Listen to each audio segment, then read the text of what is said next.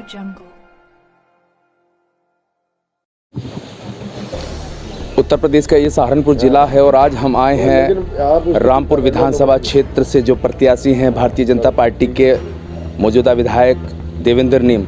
हम जानेंगे कल प्रधानमंत्री नरेंद्र मोदी और प्रदेश के मुख्यमंत्री योगी आदित्यनाथ की जो जनसभा थी उसमें कहीं ना कहीं एक संजीवनी बूटी जो है सभी प्रत्याशियों को देकर गए हैं और सभी प्रत्याशियों के लिए जो है वोट की अपील जनता से की गई है। हम जानेंगे देवेंद्र नीम है और विधायक मौजूदा विधायक हैं और प्रत्याशी फिर से बनाया है भारतीय जनता पार्टी ने।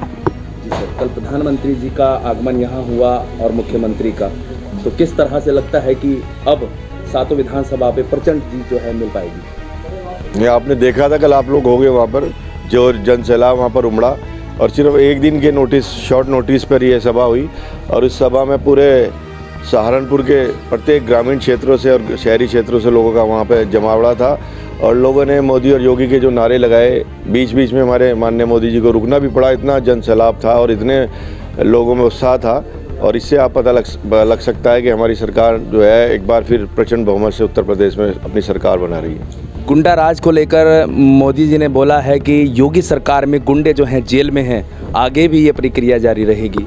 हमारा प्राथमिकता ही कानून व्यवस्था है। इस कानून व्यवस्था की वजह से ये सारा सिस्टम सुधरा है, क्योंकि पहले सरकारें थी उन्होंने क्या हाल रखा था सारी जनता जानती है। आज जो हमारे यहाँ उत्तर प्रदेश में कानून का राज है उसमें बहुत बड़ा अगर योगदान है तो सिर्फ और सिर्फ कानून व्यवस्था का है, क्योंकि जो गुंडे थे, भूमाफिया थे, उन्होंने पूरा आतंक अपनी जनता पे लगा रखा था, मचा रखा था। लेकिन जब से योगी सरकार आई हमने जो है गुंडों को या तो जेल में भेजने का काम किया या उनका जो ठिकाना था वहाँ भेजने का काम किया। और जितने बड़े बड़े भूमाफिया थे जिन पर कोई हाथ डालने की हिम्मत नहीं करता था, हम लोगों ने उनकी संपत्ति जब्त करी, उनको सार्वजनिक रूप से उनके बड़े बड़े होर्डिंग लगाकर उनको नंगा करने का भी काम किया।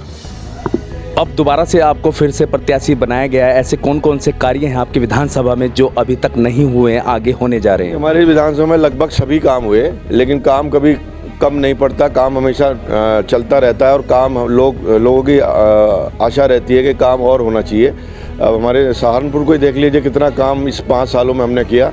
अपनी विधानसभा में मैंने ऐसे काम करे जो पिछले 50-50 साल से नहीं हुए थे। बड़े बड़े पुल लाए, 15-15 करोड़ के पुल लाए, अपने यहाँ राजकीय महाविद्यालय लेकर आए, पशु चिकित्सालय लेकर आए, ऑक्सीजन प्लांट लगाए, फायर स्टेशन की स्थापना करी, नई तहसील बिल्डिंग के लिए ज़मीन अलॉट कराई, उसके बाद उसमें नई बिल्डिंग के पैसा लेकर आए और इतना बड़ा सड़कों का जाल बिछाया जिसकी आप कभी किसी ने कल्पना नहीं की थी। लेकिन वो हम लोग 3 साल में इतना काम कर पाए। 2 साल से सभी लोग कोरोना की वजह से और हमारी सरकार भी जो काम हम और तेज़ी से कर सकते थे, कोरोना का थोड़ा हल्का ब्रेक लगा, इस वजह से काम थोड़े धीमी कर रहे। लेकिन अब हमारी सरकार जब 2022 में बनेगी तो और तेज़ गति से, मैंने बताया कि हमारी उत्तर प्रदेश जो है दूसरी अर्थव्यवस्था है भारत की, और इस साल मतलब जब 2022 में सरकार बनेगी तो हम पहले नंबर की अर्थव्यवस्था बनने जा रहे हैं। तो यहाँ पर देवेंद्र नीम हैं, रामपुर विधानसभा क्षेत्र से प्रत्याशी हैं भारतीय जनता पार्टी के और उनके द्वारा दोबारा से सरकार जब बनेगी तो और लोगों के जो काम हैं वो किए जाएंगे, ऐसी उन्होंने बात कही है। सहारनपुर से न्याय परिक्रमा के लिए प्रशांत वर्मा, मोनू कुमार की खास रिपोर्ट।